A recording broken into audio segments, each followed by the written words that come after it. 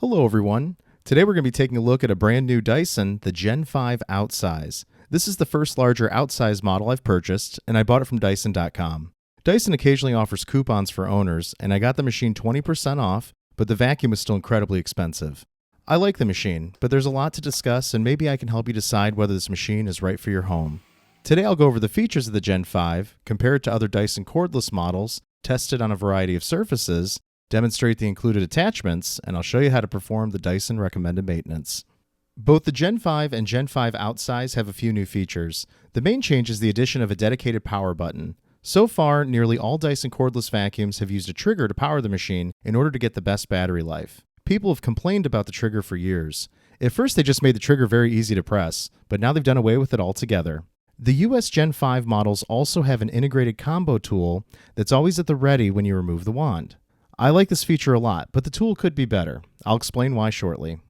The Gen5s also come with Dyson's latest attachments, such as the new brighter, fluffy optic head. Other less noticeable improvements are the new digital motor that's a little more powerful, a larger washable HEPA filter, and updated graphics for the screen which gives real-time feedback on dust pickup. Using a piezo sensor to count the particles picked up, in auto mode, the Gen5 will adjust power in real time as needed. The machine has been completely redesigned, but outside of the button switch and the built-in tool, the differences are pretty negligible compared to the V15 Detect or previous Outsize. Being an outsize model, the vacuum is significantly larger than the rest of Dyson's cordless lineup. There's good and bad that comes with this. It has a much larger bin for large home cleaning and a much wider cleaner head, and I like both of those features a lot. The Gen5 is easy to set up and includes an optional wall mount for charging. I've used these charging docks with all my cordless Dysons, and it's very handy to always have it fully charged and ready to go. The wall mount can also charge the spare battery included with the Outsize. The machine also includes an extra power cable to charge the machine or spare battery separately from the dock. The Outsize includes two batteries, and they're very easy to swap out. Let's take a look at battery life, which varies greatly depending on cleaning mode and which tool is being used. In suction-only mode, in auto or medium mode, a full battery reads 39 minutes. In eco mode, that changes to roughly 74 minutes. In boost mode, roughly 8 minutes. With the new fluffy optic head attached, in eco mode, the vacuum will deliver roughly 80 minutes of runtime. In auto mode, 47 minutes, and in boost mode, 16 minutes. With the most power-hungry tool attached, the Digital Motor Bar XL cleaner head, in auto mode on hard floors, it reads 45 minutes. Eco mode delivers 65 minutes, and boost mode will run for 8 minutes. When running the machine in its default auto mode on carpeting, I get roughly 25 minutes of runtime per battery. On carpeting, it will kick up the power often, reducing the runtime. Because the Outsize comes with two batteries, you can double all these numbers for total runtime. Having a spare battery is great, but for my home, one battery would be more than enough. The Outsize hand vac itself weighs 5.9 pounds. With the heaviest smaller tool attached, the Gen5 weighs 6.8 pounds. With the wand and digital motor bar attached, the entire machine weighs 8.6 pounds. That's really not bad, but the way most of the weight is up by your hand, it makes it feel heavier in use. The handle weight is 4.75 pounds, the highest I've personally tested for a regular vacuum. It does feel heavy in the hands during use, and using it, I do notice it's more tiring to use than any other Dyson cordless I've tested. Although larger and heavier, the Outsize still has all the benefits of the stick vac format, mainly that the machine can easily clean under and around furniture and is very maneuverable. I feel like the width of the cleaner head is just the right size, too. I like how quiet this new Dyson is. With the noisiest tool attached, on eco mode from a few feet away, it reads under 70 decibels. Auto mode 74 decibels, and boost mode around 78 decibels. This is great because with this style of cleaner, the motor is near you during use, so the quieter it is, the better. Let's compare the new Outsize head to some of their other models available, the current generation V8 and the V15. All three heads are now designed to be tangle-free thanks to the comb on the back of each head that all the bristles feed through.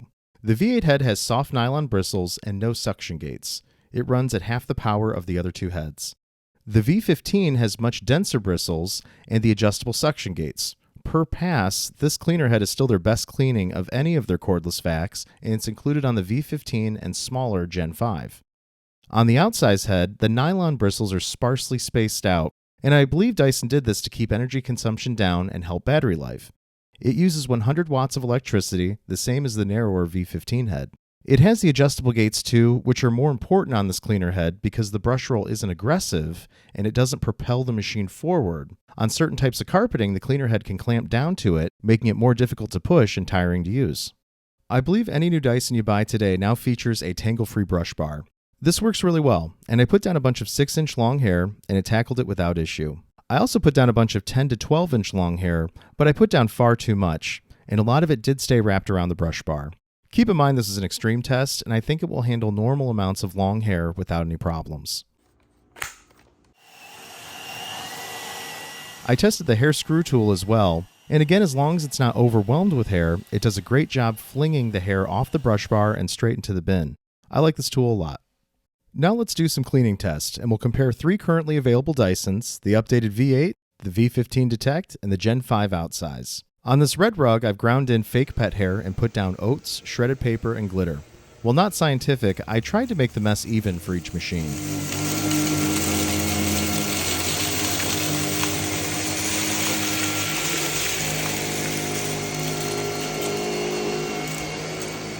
The Outsize did a surprisingly good job, grabbing most of the glitter it missed on the backwards pass.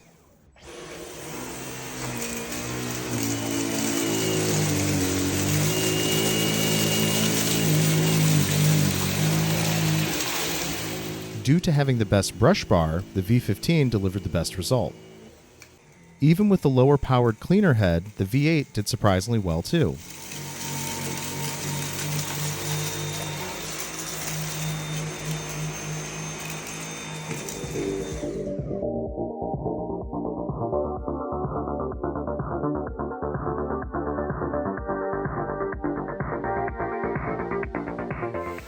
I did another pet hair pickup test on this blue rug to see if it would offer a better visual difference. This blue rug is more difficult to clean, especially ground in dirt and hair.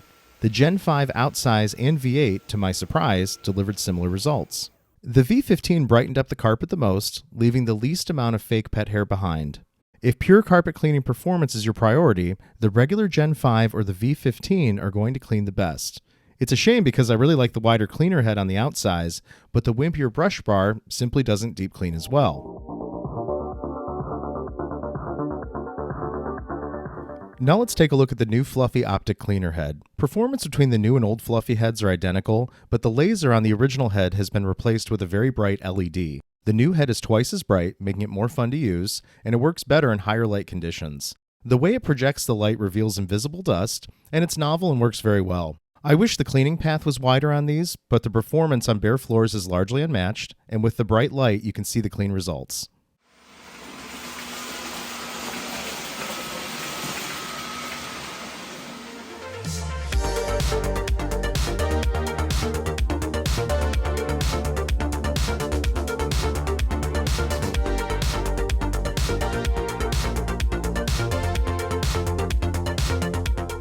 Another nice thing about this attachment is the excellent corner and edge cleaning. It cleans right up to the edge.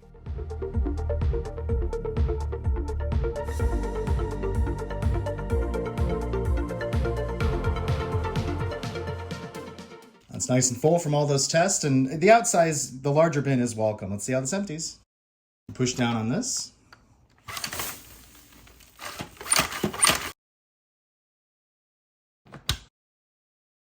Now let's take a look at the included tools. Aside from the integrated combo tool, all of the tools can be attached to the end of the wand or to the hand vac itself.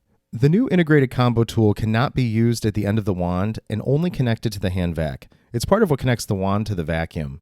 In my opinion, it's odd it doesn't include a crevice tool as well, because I use that a lot connected to the end of the wand for edge cleaning and stairs.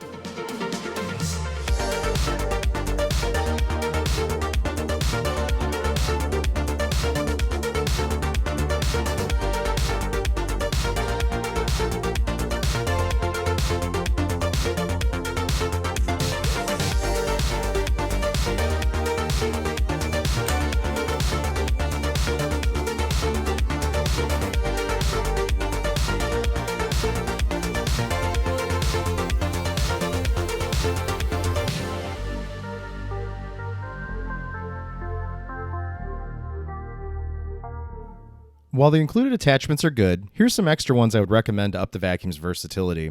I would recommend picking up the standard crevice tool for use at the end of the wand, the excellent soft dusting brush, which is great for general dusting, and a generic extension hose. The genuine Dyson extension hose is way too short, but this one works very well. These will up the versatility along with the included accessories. There's a new kit that includes a new crevice tool and dusting brush, and they're good, but overall I like these simpler tools more.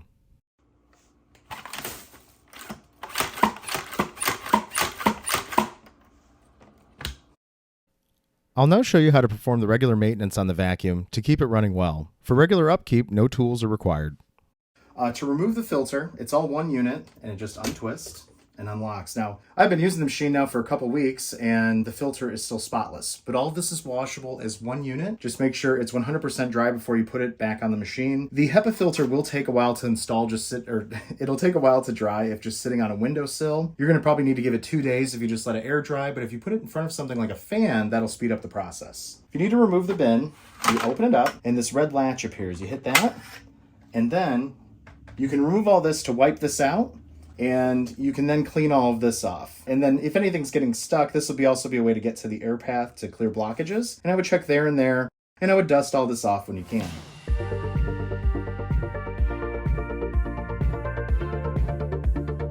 Underneath the bin, there's this long guide, and it lines up in this track. So let's try this out. See how that lines up? Oh. It was actually really easy. That lined right up, piece of cake. Once the filter's dry, this just twists and locks into place. Now the other heads. This tool you can wash, but that'd be the only one. To clean this removes like so. And in here, you're gonna wanna wipe this out. I'm already seeing there's some dust and stuff built up in there, but you could just wipe this off. All-purpose cleaner if you need to. There's electrical contacts in there, and you want to clean it occasionally to keep dust and stuff from getting in there. Mine already has some nice scratches, it looks like, so go figure. Brand spanking new. Let's start with the fluffy head. It's really easy. There is an unlock spot right here. Lift it up, and then the whole brush roll will slide out, and then you can get in here and you can clean this off. The main goal with this, you just want to make sure the air path is clear. And then when you remove this end piece, the bearing, the sleeve bearing, you can wash this. This as well, this is pretty cool to open this up. There's another red latch. They all have little red latches on them. And then the whole thing will disconnect. There we go. The brush roll pulls out, and then you can clean all of this as needed, and you can get to everything. It's real easy. You could even wash this if you wanted to. And then the main cleaner head, you see here, you lift this up, the whole thing then lifts up like so. And then from there, you can unlock and remove the entire brush roll. This is the most difficult one to clean if you accidentally pick up liquid or anything like that, but you want to get in there and make sure the air path is clear, clean around it. As you can see, the motor likes to build up with crud. That's how they are. They all do that.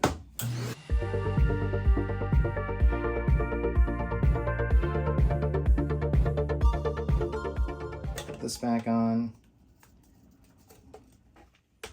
And then to reinstall, dude. That just goes in like so.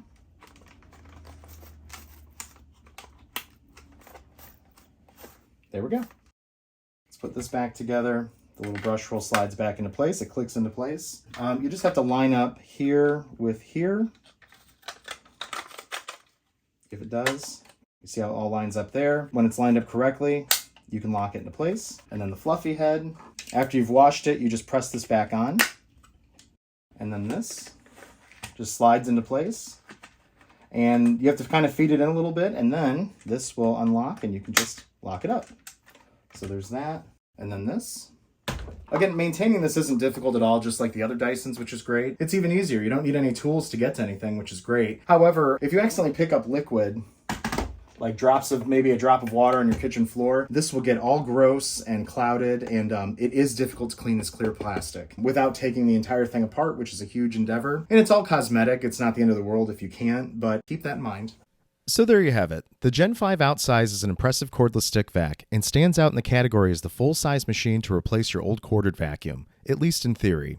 There's a lot I like about the machine, but I don't think it's going to be for everyone. It's quiet, full-featured, and does a decent job on carpeting and an excellent job on hard floors. And I also like the dedicated power button instead of the trigger. But it's pretty tiring to use. At nearly 5 pounds, the handle weight in use is high, about 30 to 50% heavier than many machines I've tested. A great brush roll would help offset this if the Outsize pulled itself around on carpeting, but it doesn't. The brush bar isn't aggressive enough, and when the automatic suction kicks up, it can clamp down pretty hard to carpeting, making it tiring to use. In handheld mode, especially when cleaning up high, I would consider this a two-handed machine as opposed to the much lighter weight, non-outsized models, which are easy to operate one-handed. I do like the integrated combination tool, but it's not perfect. The bristles on the dusting brush are very short, and the tool needs to be held at just the right angle or the plastic around the brushes can scrape on surfaces. I actually had it scratch my old TV while trying to dust it. It can be a little awkward holding the machine at just the right angle so the tool works correctly. It's a shame because it's a great idea and the attachment's pretty cool, but there's room for improvement. The benefits of the Outsize are the much larger bin and much wider cleaner head, both of which I really like. But the trade-off is that it's much more tiring to use than the smaller Gen 5 or the V15. So keep those things in mind while deciding which one to invest in. In my home, the smaller Gen 5 is probably the better route to go. I say that because I don't have several pets in my home, so I don't need the larger bin, and the more aggressive, narrower cleaner head of the smaller Gen 5 will do a better job deep cleaning carpeting and is lighter to push around and use. The machine is big, expensive, and a whole lot of vacuum. There's a lot to like, but understand if you find it too big and heavy, there's several smaller, lighter options, and that both the V15 and smaller Gen 5 will be lighter to use and clean carpeting better. I always enjoy reading your comments. If you have any questions, feel free to ask. Thank you for watching and have a great day.